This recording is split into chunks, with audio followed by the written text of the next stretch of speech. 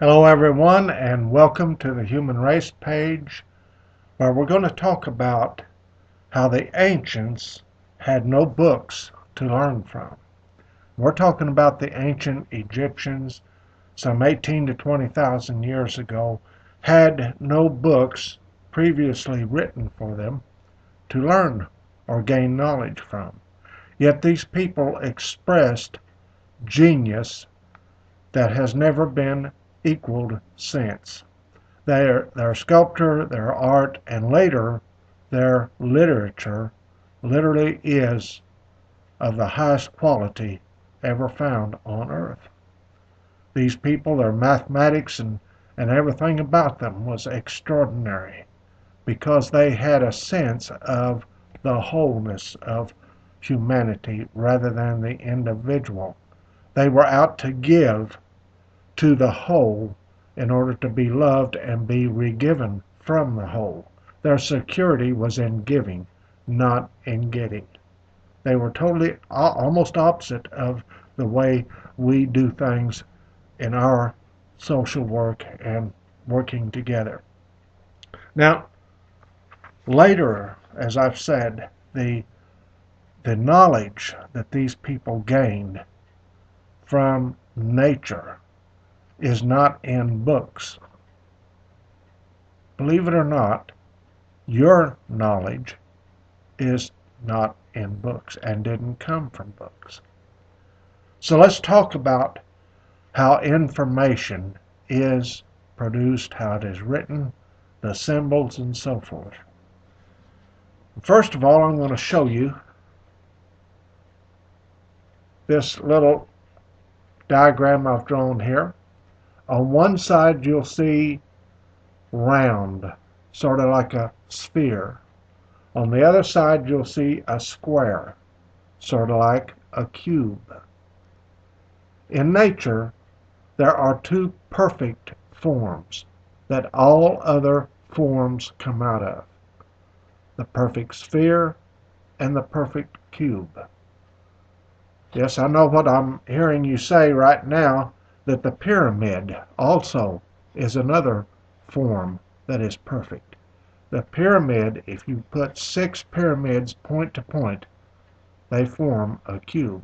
Therefore, the pyramid is a part of the cube, just as everything that is round is part of the curve or the sphere, and everything straight is part of the cube. You look around you. If you look at the symbols on a book, the written symbols, you'll see that each letter of the alphabet is either totally straight lines or curved and straight lines or just curved lines.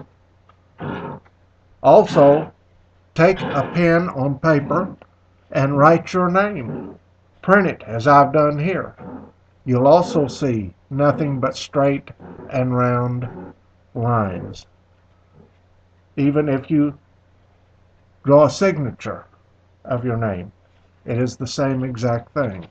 You cannot make a mark that is neither round nor straight. Try it.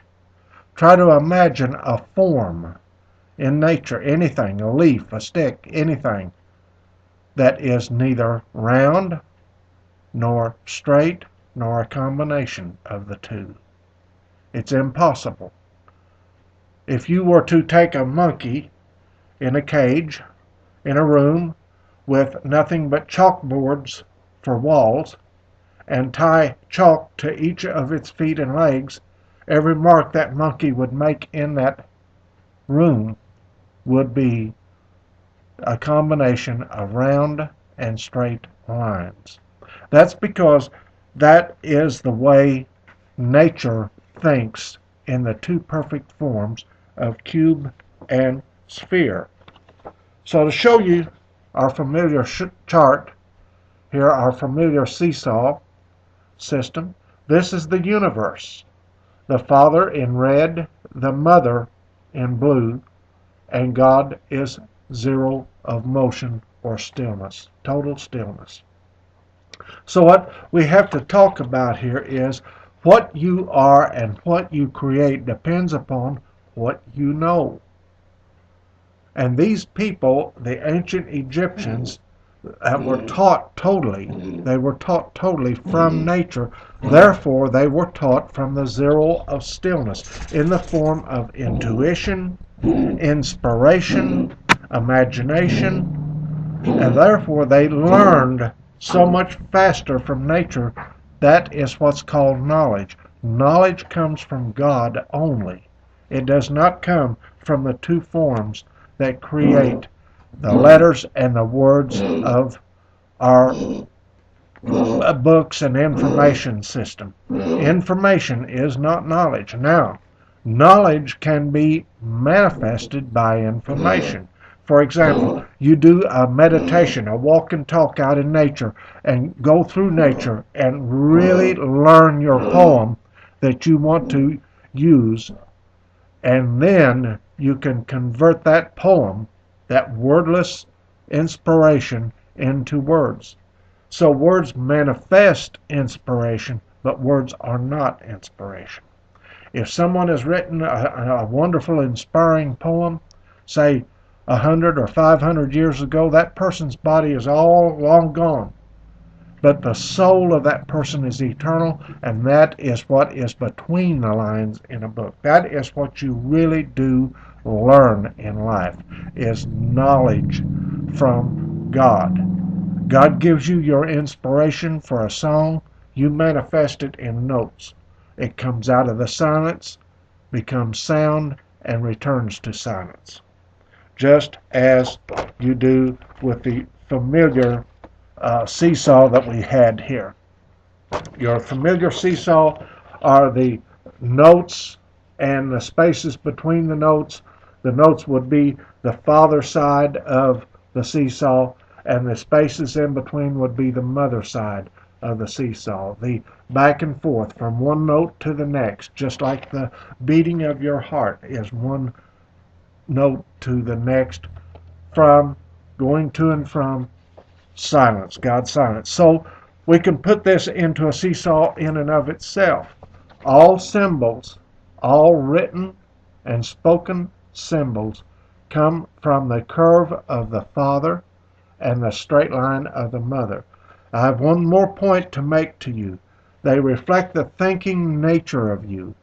How you write and what you write reflects your thinking. You create creations and your body emotions through desire. You desire to create, therefore that desire comes from the stillness of you, and your creation is what your hands create with ink, pen, and paper. Now I'm going to ask you a question. What would you like if you needed to reach something on a high shelf, and I had a bowling ball for you or a concrete block? Which one would you rather stand on to reach that high shelf? Well, of course, you and I both know the answer. The concrete block. Why? Because it is stillness. It is straight lines. It is total, complete non-motion. Whereas if you tried to stand on the bowling ball, you're probably going to fall off pretty quick. That's about it for today. I want you to study nature, study the limbs of trees, and notice how they do one of two things or both, go in curves and straights. Study the veins of the leaves of trees. They go in curves and straights. Realize that you cannot write anything unless you go along with the seesaw of the universe, and that is the curves and the straights. And it all comes out of your creations are extensions of your body and emotions. So realize the importance of meditation, how you must go to the zero, the fulcrum of the seesaw, and then extend it out into the Father and Mother of written symbols. Information is not knowledge, but it does manifest knowledge. Thank you so much. Have a wonderful week. See you on Friday.